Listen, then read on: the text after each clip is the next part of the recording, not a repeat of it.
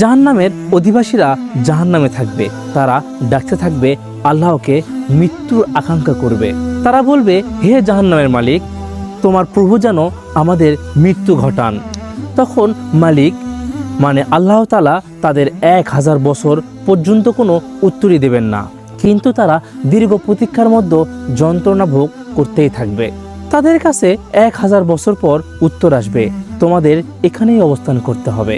তখন তারা জাহান্নামের ভেতর আর্তনাদ করবে, আল্লাহকে ডাকবে, হে আমাদের প্রভু, আমাদের এখান থেকে বের করে নিন। আমরা দুনিয়াতে গিয়ে ভালো কর্ম করব, যা পূর্বে করতামই না। আল্লাহ তাআলা বলবেন, আমি কি তোমাদের এতটা সময় দেইনি যাতে উপদেশদাতাদের উপদেশ গ্রহণ করতে পারো? আর তোমাদের কাছে সতর্ককারীও এসেছিল, তখন তোমরা গ্রহণ করনি। এখন শাস্তি ভোগ করো। জালিমদের জন্য কোনো সাহায্যকারী নেই। আর তাদের চূড়ান্ত জবাবে আল্লাহ তাআলা বলবেন, তোমরা হীন অবস্থায় এখানেই পড়ে থাকো, আমার সঙ্গে কথা বলতে এসো না।